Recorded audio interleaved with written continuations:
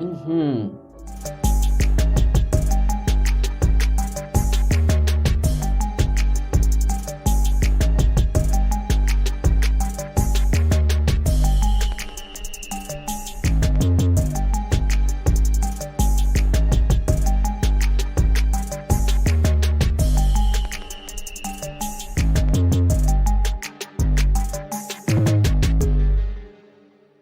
Welcome. I'm Tamara Tunie, and I'm one of the founders of Black Theater United. And we're very excited to have our guest today, part of our designer initiative series, the extraordinary costume designer, Miss Catherine Zuber. Welcome. Thank you, Tamara. It's so nice to be with you in having this chat. Thank you. It's wonderful to be with you too, because Catherine and I, we worked together. We had the privilege of working together. We figured out some 30 years Yes. ago, which is incredible. It was in the last century, which is kind of funny I and know, fun exactly. to say, right? In the last century. So Catherine, let's just, start from the very beginning. Where were you born and raised? I was born in London, and my father was a Polish refugee, and my mother was British, and my father wanted to immigrate to the U.S., so we immigrated to New York. When I was 9 years old, we moved to South Ozone Park. Mm-hmm. And it was so very different from living in London, where I was raised, that I feel it's gave me the ability to kind of suss out what made the people of New York different from the people of London. And what were they wearing? What were the details that made them? It jogged me into an awareness at a young age. That's so interesting. Would you say that's kind of where your interest in costuming started? I think it did. Mhm. Also, my mother had a part-time job at the local dry cleaners, and anything that was left over 45 days, I could have. So I was always like, I feel like I grew up like pulling from racks. I'd be like, oh, I hope somebody doesn't pick this up, because then I can have it for myself. And I'd cut it up and turn it into a mini dress or repurpose it somehow. Wow. Who taught you to sew? My grandmother sewed and my mother sewed. So I learned from them. But I was a terrible sewer. I'm not very good. That's why I had to become the costume designer. Right. So you can have the vision and someone else can do the execution. Yeah, right. Oh, that's amazing. So was costume design something you always wanted to do? I didn't know costume design existed. I was an artist. I went to art schools in a patchy kind of way. I grew up in the 60s. That was my teenage years. And it was a great time to be that age, because it was like hippie movement. Yeah. You could kind of do whatever you wanted, and you could kind of coast through life and not be accused of not having ambition.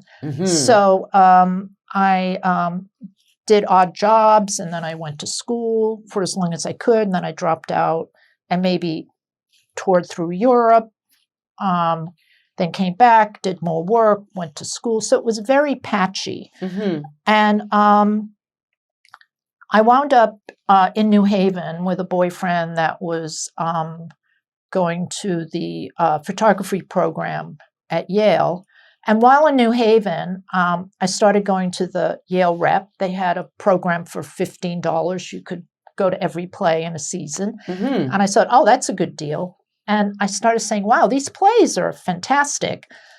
And I used to wear a lot of vintage clothes at the time. I love collecting vintage clothes. So somebody stopped me on the street and said, wow, you have great style. Do you want a costume like our undergraduate show?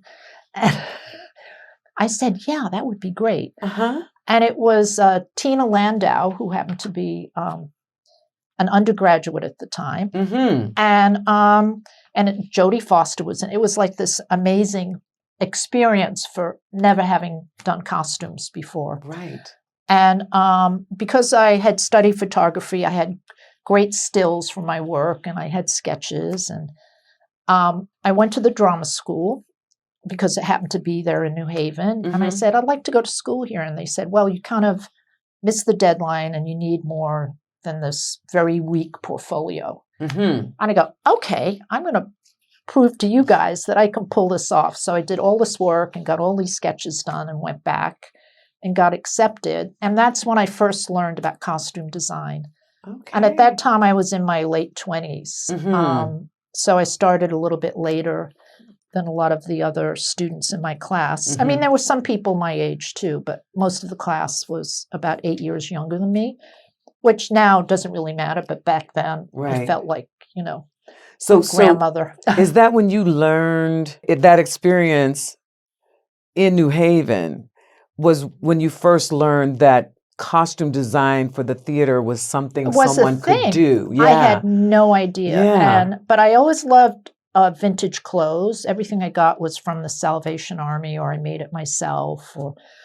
And I love film, and I love the idea of creating a fantasy, which I did in my artwork. Mm-hmm. But the thing with photography and artwork, it's a very solitary experience. The most you can hope for is somebody appreciates it, buys it, and puts it on their wall. Right. And when I first discovered theater and what it could be, it was like the collaboration is what I really was attracted to. Mm-hmm. I love the idea that everybody comes together, contributes, and then it goes away. It's a memory. Yeah. When it's run its course, it's a memory. Now that's a little different because everything is documented so beautifully. Mm-hmm. But it's interesting, when I was putting together a website, I tried to go back to that production we did even. There's no record of that production. I know. Isn't because that something? It was in the 90s. It was in the 90s. So this was a production of Troilus and Cressida. We did in Central Park with the Public Theater.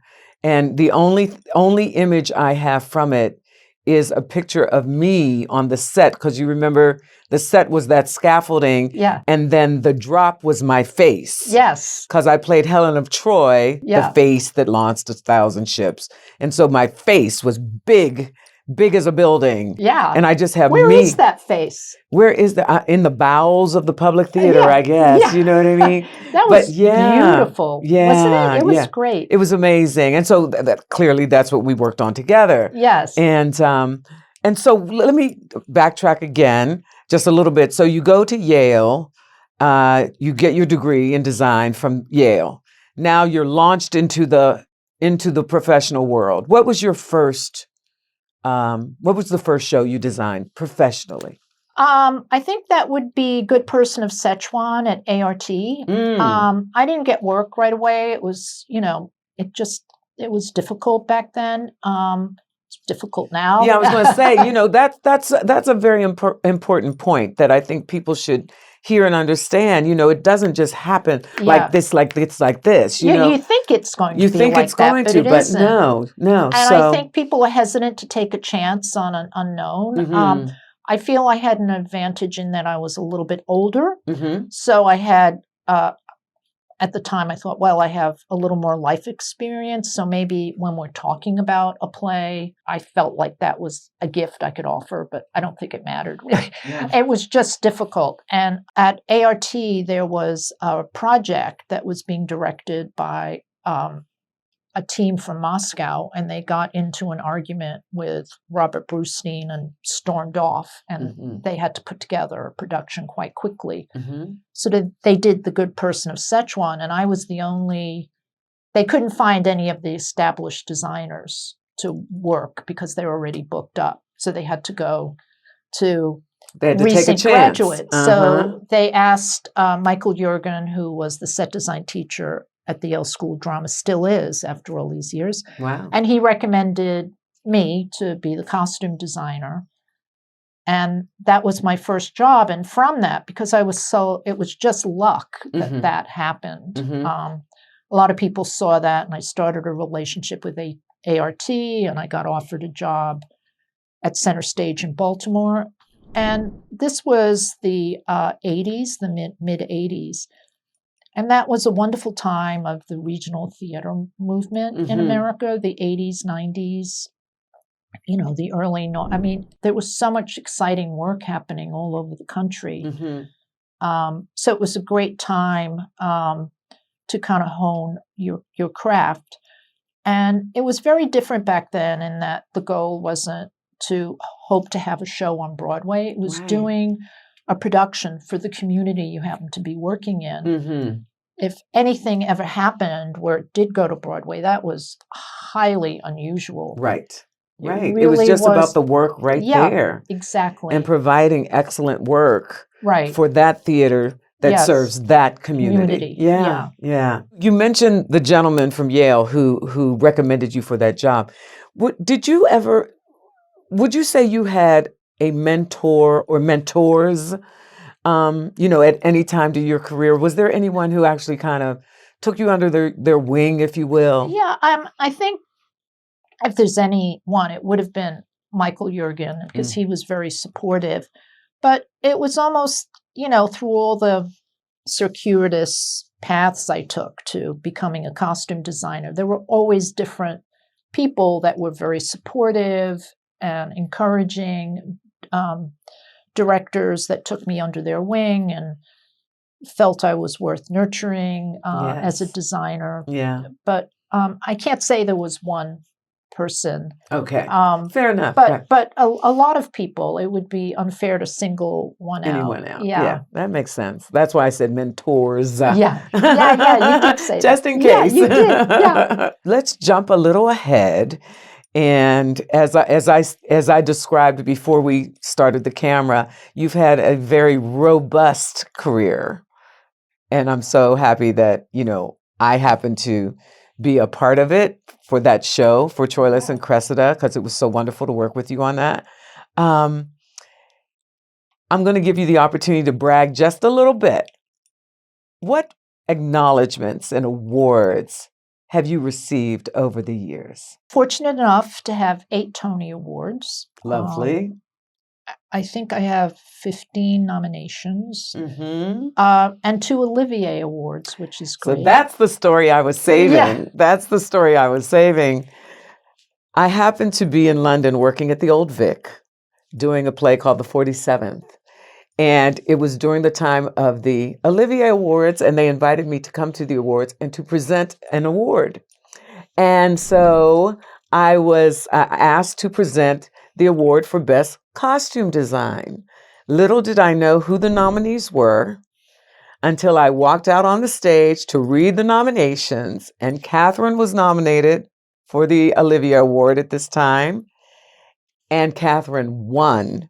And so I was able to present her with I know, that was a great Olivier moment. Award, wasn't it? Yeah, And it was when you so came great. up on stage, you were like, "What are you doing here?" Yeah. And I was like, "I know, isn't this crazy?" And I think we were staying in the same hotel No, yes, we were. because the guy at the desk said, "Oh, there's another American here." Yes, And I go, "Oh, there's so many that wonderful beautiful hotel on the Thames. That Yeah, one, yes. the Chevelle. The Cheval, Yeah. blah blah blah. Yes. So when I found out it was you, I went, "Oh, I know her." So funny. The world is so small and Yeah. fabulous. Yeah. Yes. So the Tonys, the Oliviers, any other awards there? I was inducted into the Theater Hall of Fame, but Wow. that's just about age, 25 Fantastic. years working at that time. And some drama desk and OBs, and it's been great. Yeah.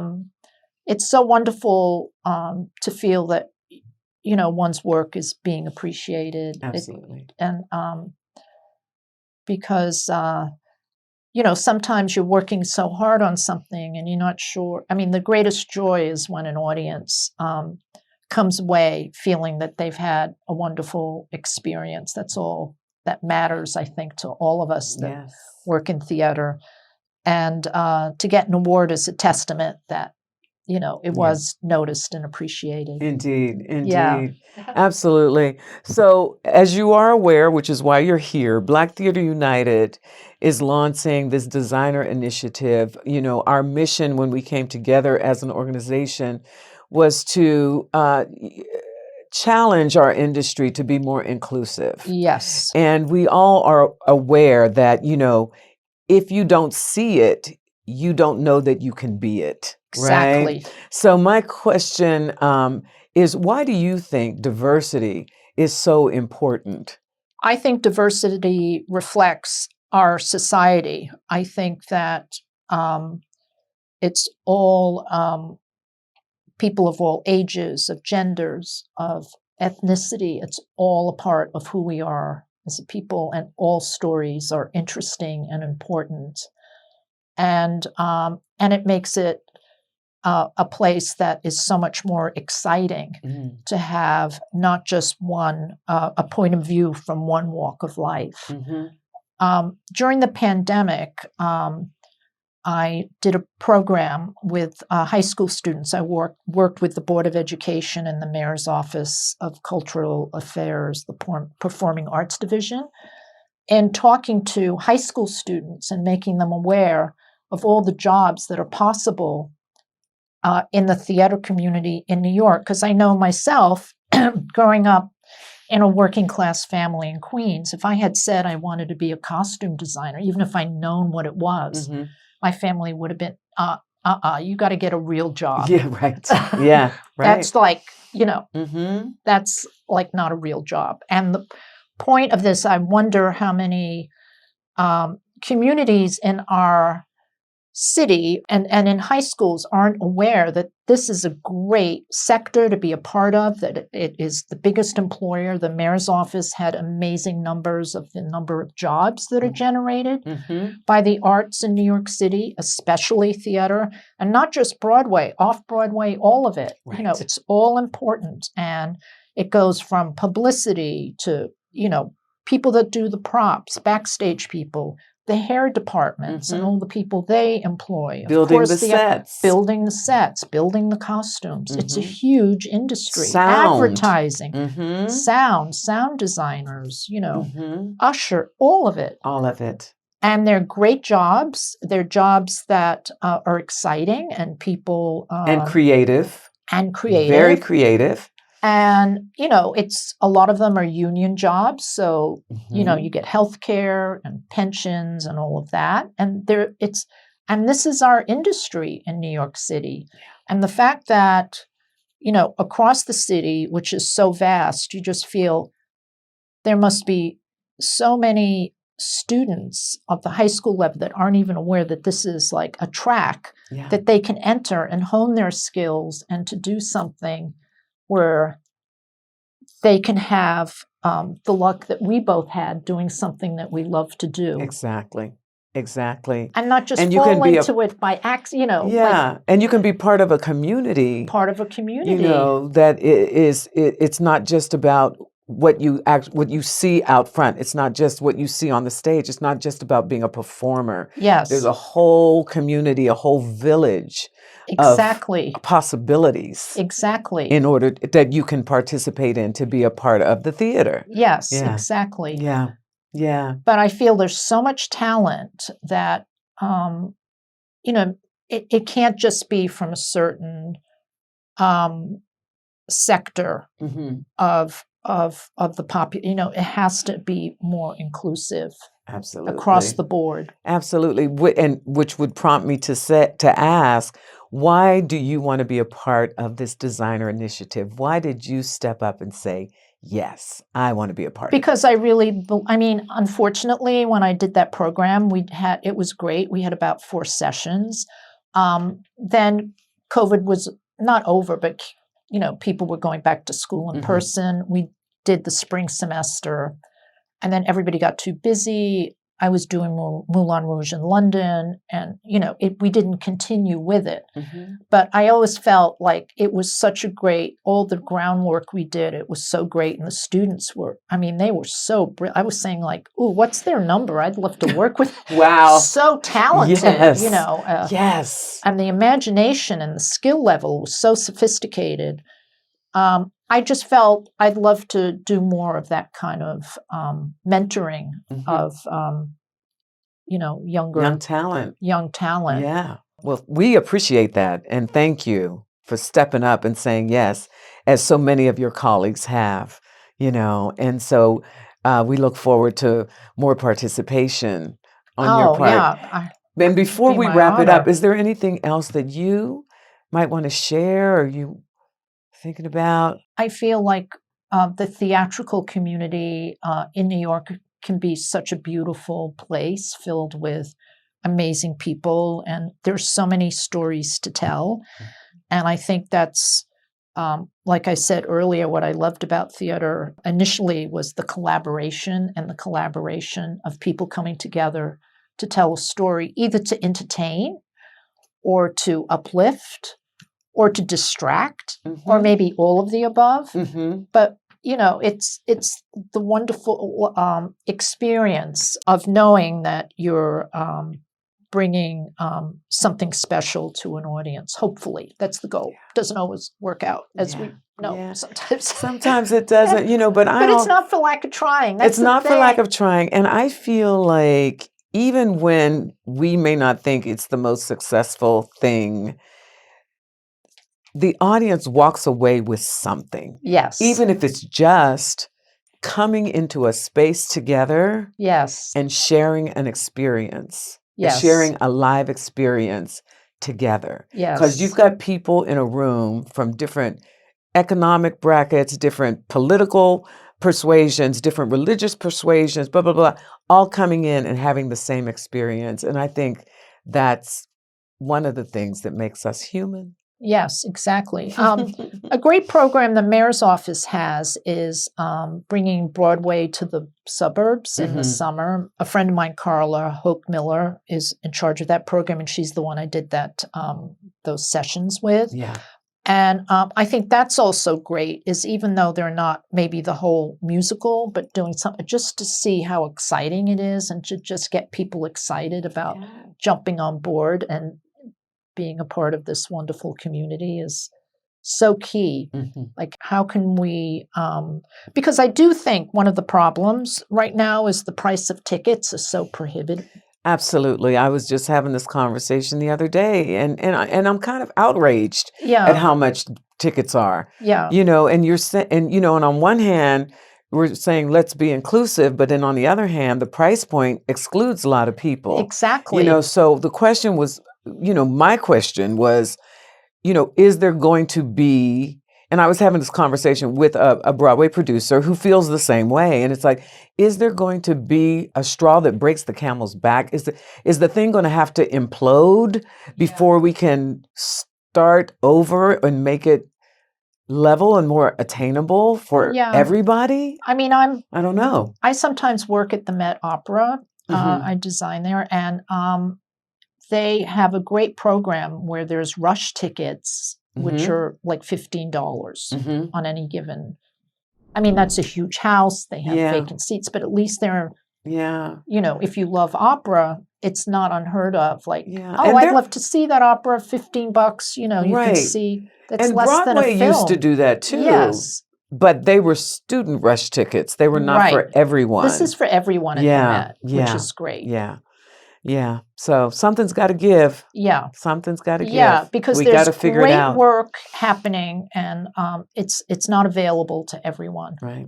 Economically. Exactly. And it should be. Yes. It should be. Absolutely. Catherine, as we mentioned, you've had a very long and robust and extraordinary career.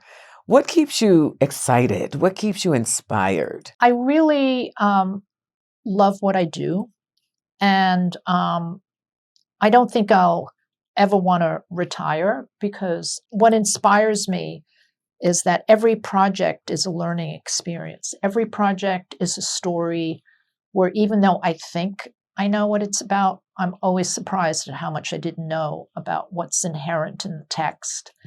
And with the development of the characters and how the characters relate to each other, where it's set, the story that's being told. And also, I love working with actors. And there's nothing better that when you kind of work with an actor and see them in a fitting and they feel, oh my goodness, this is like the last piece of the puzzle. It's like, now I know who I am. Yeah, and helping me be the person that I'm portraying. I love that. I feel so excited to be able to collaborate with performers and making them, hopefully, assisting them in being the character that they're portraying, Mm-hmm. assisting in that is. Mm-hmm.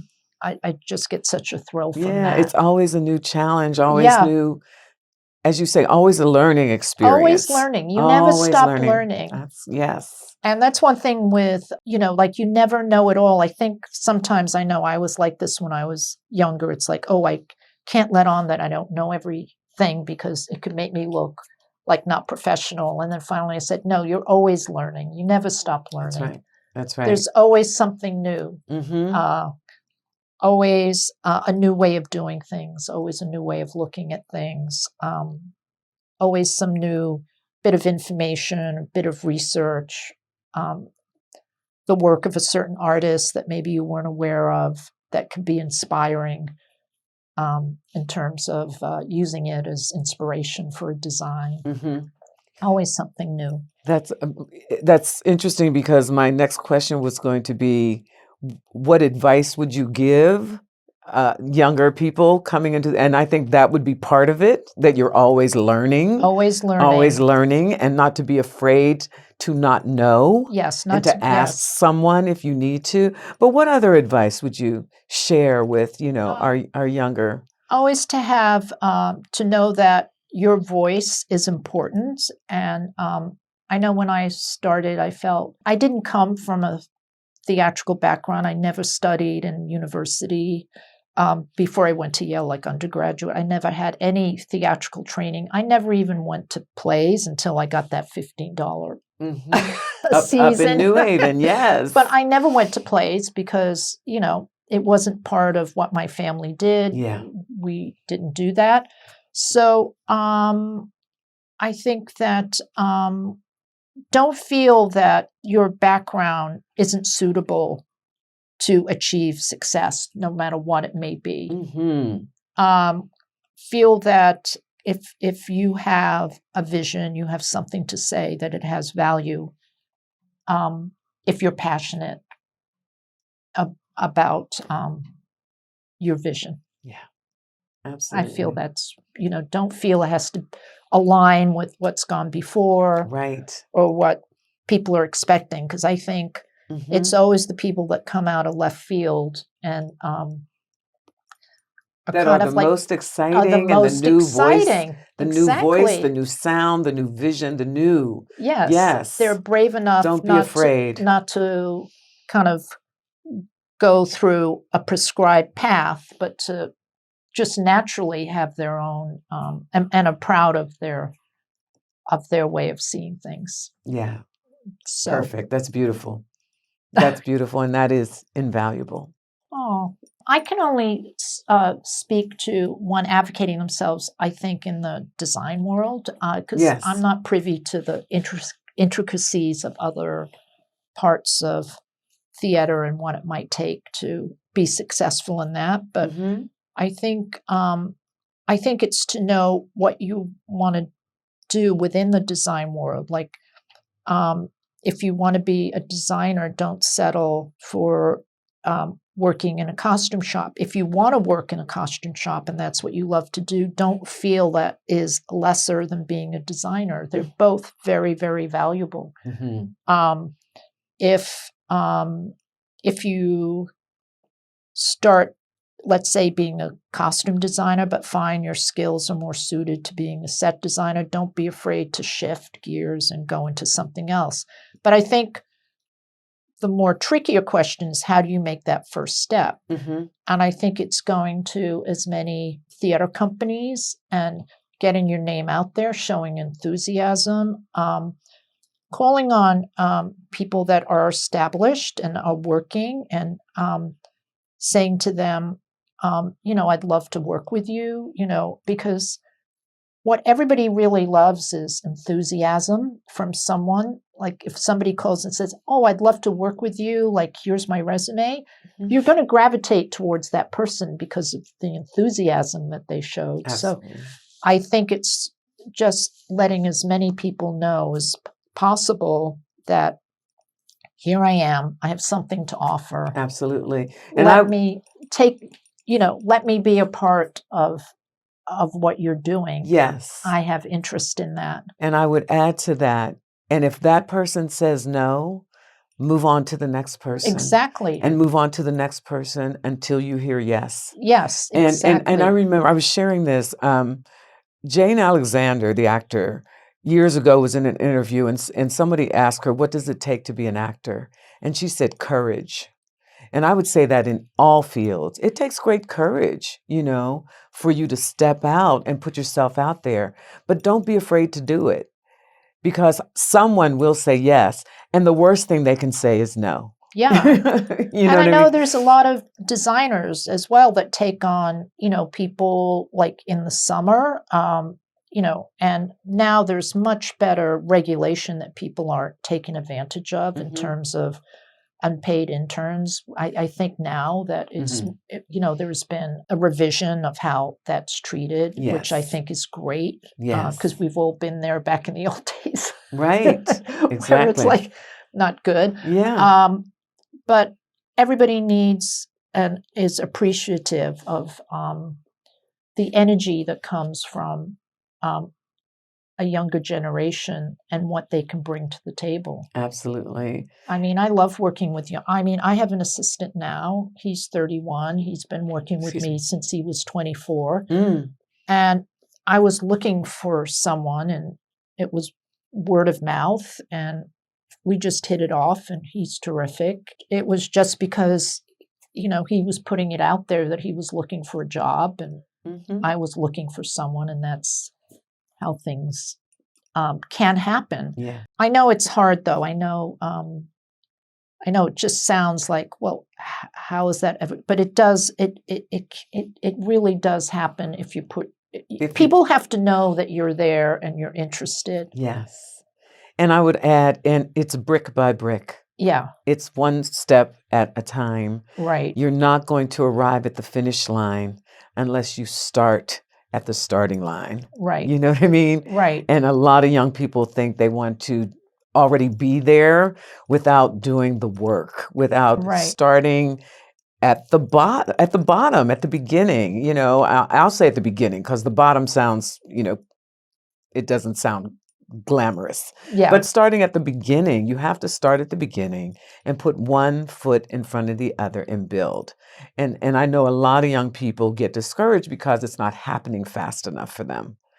And my advice and my suggestion is, and my wisdom, that having spent 40 plus years in this business myself, is you don't start at the finish line. You start at the beginning. You start at the starting point and you build from there. Exactly. And I think by doing it that way, you gain confidence. Then when you do get further along, you do feel you have the authority and confidence. Yes. Because you've had the experience. Yes, you've laid in and that you've been groundwork. exposed to all of the areas Yes. involved in the field, so you can speak on any of it. You know what I Yes. mean? Mm-hmm. You can speak on any of it. It's like when you're in a restaurant, and the manager who started in the kitchen washing dishes is now the manager. And yet, if Exactly. that table needs bust, that manager goes over and busses that table. Because he has that knowledge. Because he has the knowledge, Yeah. and he's not too good to do it. Yeah. You know what I mean? Yeah, I think that's the other thing that when I first started, when I went to school, I saw, and when I interned at Williamstown back in the 80s. Ah, yes. Ah, yes. And I remember apprenticing to an established designer, and he was such a hard worker. I was like, wow, this is how I want to do it. He was in the dye room, dyeing. Yes. He was distressing costumes. He was stitching costumes. Yes. He wasn't like breezing through. Right, and pointing, you do that, you do that, you do that. He really got it. And I said, that's how I want to do it. And that was an inspiration to me. And I know there were other people in my class that were much more like, I just want to, not just, I shouldn't put it, but just draw pictures. I know what you mean. Yeah. Step back. Yeah.